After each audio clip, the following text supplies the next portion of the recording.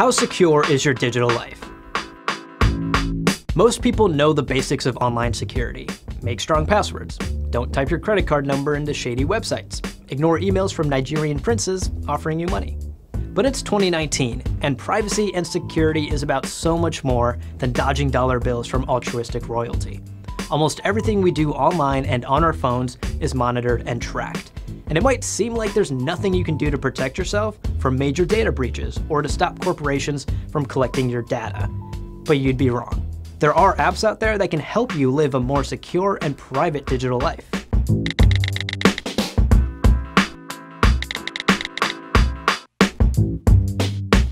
Alright, I'm gonna need you keyboard warriors to hold off on that comment that you're typing.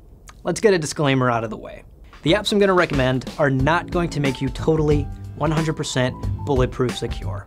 That's impossible. What they will do is help you live a more secure digital life and limit how much of your data can be collected by large corporations. I just wanted to say that up front so that we're all on the same page. You can finish typing your mean comment now. I'm sure I'll read it later and cry about it. Password managers are a thing every single person should have.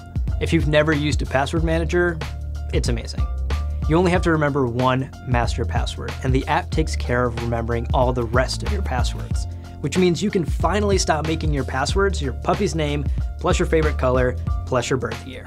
The password manager will randomly generate strong passwords for you. The two I recommend are 1Password and LastPass. Both are available on almost every platform, both have super convenient browser extensions, and both can generate long, complex passwords for you. LastPass is free, with some advanced features locked behind a paid premium service. Its apps aren't as polished visually or as stable as 1Password's, and I've run into the occasional bug here or there. But you get all the core features for free, and your data is secure behind strong encryption. I recently switched over to 1Password, and its apps are much more cleaner and run much more smoothly, but it'll cost you a monthly fee. But hey, a few bucks a month to know that my bank account, and more importantly, my Amazon Prime account, have super long, randomly generated passwords is worth it to me.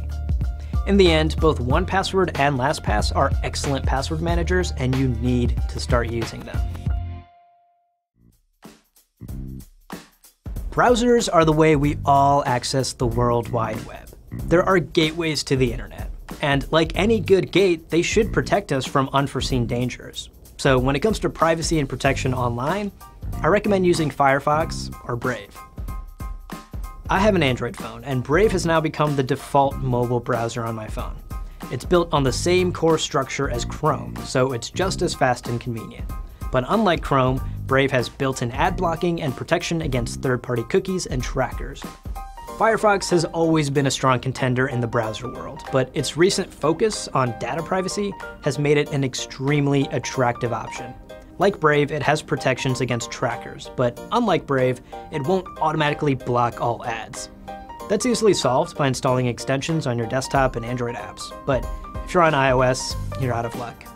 No extensions there yet.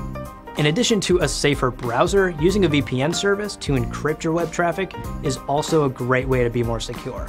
VPNs can get complicated, and we don't have time to get into it in this video, but my colleague David Murphy wrote a great guide on how to choose the right VPN. I'll leave that link below. Let's talk messaging and shopping, two things we all probably do too much of on our phones. I already made a video about messaging, so I'll keep it brief. In an ideal world, we would all be using open source, end-to-end encrypted messaging platforms like Signal. The reality is much more complicated, but the key here is to make sure your private messages remain private. So use apps that encrypt your texts like Apple's Messages or WhatsApp. Obviously, iMessage is owned by Apple and WhatsApp is owned by Facebook, so it's up to you how much you trust these companies and their encryption methods. And finally, most of us know not to type our credit card numbers into shady apps or websites. But to be even more secure, it can be a good idea to use Apple Pay or Google Pay wherever possible.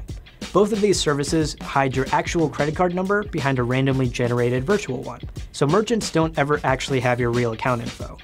That can be a lifesaver if that merchant, say, has a major data breach.